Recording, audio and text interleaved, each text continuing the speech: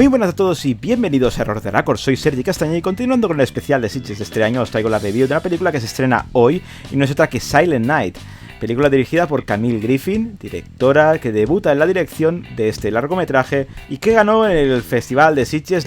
en las categorías de Mejor Guión, Mejor Premio y Premio del Público, y que está protagonizada por Keira Knightley, Matthew Good y Roman Griffin Davis. Mientras el mundo se enfrenta al apocalipsis, un grupo de viejos amigos se reúne para celebrar la Navidad en una idílica casa de campo de Reino Unido. Incomodados por la idea de la inevitable destrucción de la humanidad, deciden afrontar la situación con tranquilidad, abriendo otra botella de prosecco y continuando con la celebración. Pero por mucho que quieran fingir normalidad, tarde o temprano tendrán que hacer frente a la idea de que es su última noche.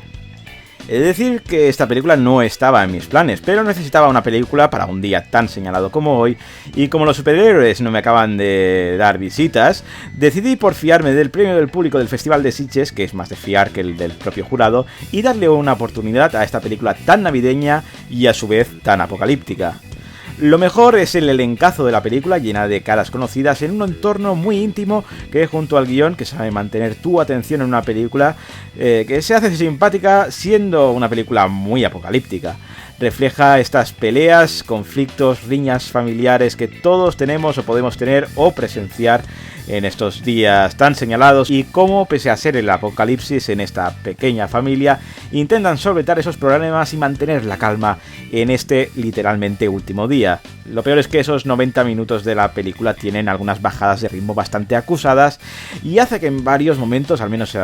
para un servidor, desconectes eso, y que el final, aunque es muy navideño, es tremendamente deprimente. Así que si estás pasando por un momento, mejor no vayas a verla. Eso sí, si sois muy navideños, os encantan las películas apocalípticas del fin del mundo, muy probablemente esta sea vuestra película. Así que vamos con las valoraciones. En IMDb ha conseguido un 5,7, en Metacritic un 54 sobre 100, y en Error de Record vamos a darle un 7 porque es una película navideña apocalíptica con un buen guión, bastante entretenida, pero tan demoledora que más de uno se va a deprimir por estas fechas con esta peli. Recordad que las valoraciones son personales, así que si tenéis la vuestra podéis dejarla aquí abajo en la caja de comentarios.